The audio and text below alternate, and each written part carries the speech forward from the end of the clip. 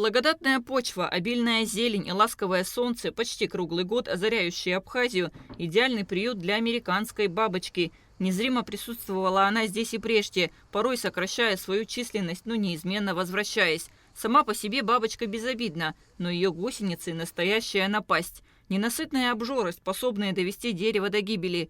Взрослая самка живет недолго, всего около 2 недель, но успевает отложить до 1500 яиц, и за год в Абхазии может появиться до 4 поколений этих прожорливых гусениц. Бороться с бабочкой надо всеми силами, и владельцы садов, частных приусадебных участков должны принимать в этом активное участие. Есть агротехнический метод, это вот сейчас деревья, которые поражены, вокруг них желательно необходимо собрать всю листву, приложить все усилия, чтобы убрать гнезда поселения на зиму гусеницы, которая окукливается и, превращаясь в бабочку, поражает определенные территории.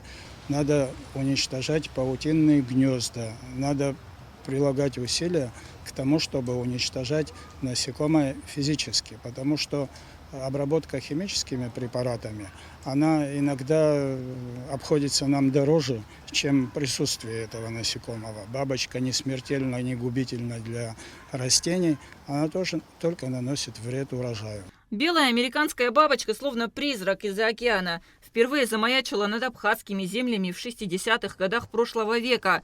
Родом из Северной Америки, эта многоядная ненасытная гостья обернулась настоящим бедствием. Инвазивный вредитель, она способна оставить без листвы более 200 видов деревьев и кустарников.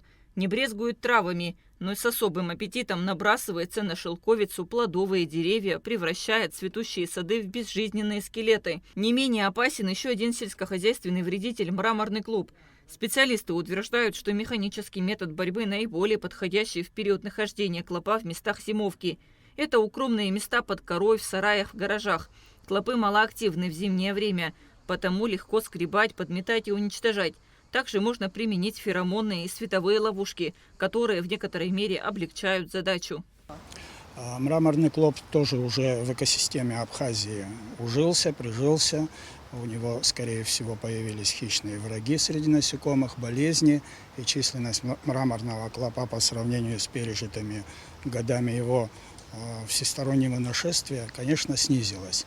И если надо прибегнуть к химическим средствам борьбы, то Абхазия ежегодно обеспечена всем спектром химических препаратов, и получить химический препарат можно бесплатно, обратившись к руководителю сельской администрации. Специалисты активно разрабатывают методы борьбы с этими насекомыми, однако механический метод остается самым надежным и эффективным.